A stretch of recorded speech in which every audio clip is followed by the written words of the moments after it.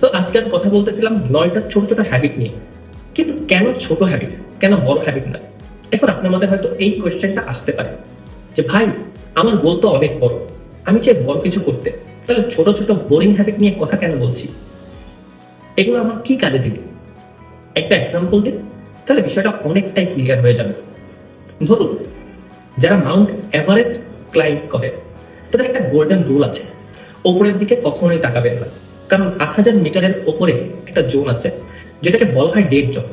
ওখানে অক্সিজেন এত কম যে হিউম্যান বডি সার্ভাইভ করতে পারে না। প্রত্যেকটা স্টেপ তখন একটা যুদ্ধের সমান হয়ে যায়। আর ওই অবস্থায় আপনি যদি ওপরে তাকিয়ে দেখেন চোরা এখনো অনেক দূরে, দ্যাট মোমেন্ট আপনাকে মানসিকভাবে ভেঙে ফেলবে। সো ক্লাইম্বাররা কি করে? চোখ নিচে রাখে সবসময়, একটা স্টেপ নেয়, থামে, দম নেয়, তারপর ডিসাইড করে পরের স্টেপটা নেবে কিনা। এখন ভাবুন তো একবার, আপনার বড় বড় গোলগুলো কিন্তু এক একটা এভারেস্টের সমান। ধরুন আপনি ঠিক করলেন ফ্রিল্যান্সিং শুরু করবেন, দূর থেকে দেখলে মনে হবে আপনাকে এত এত স্কিল শিখতে হবে, পোর্টফোলিও বানাতে হবে, ক্লায়েন্ট খুঁজে বার করতে হবে, আরো কত কি। এটা কিন্তু কমপ্লিকেটেড লাগবে একটা সময়। সো এটা মনে হবে আসলেই অসম্ভব।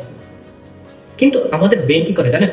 আমাদের ব্রেন তখন এই সম্পূর্ণ কাজগুলোকে এমনভাবে দেখার চেষ্টা করে যে এইগুলো কখনোই করা সম্ভব না, এবং হাল ছেড়ে দেয়। হ্যাবিট এখানেই ম্যাজিকের মতো কাজ করে। হ্যাবিট আপনার অ্যাম্বিশনকে ভেঙে দেয়, ছোট ছোট অ্যাকশনের রূপ দেয়। একটা স্টেপ, তারপর আরেকটা স্টেপ, এইভাবে on step at A time.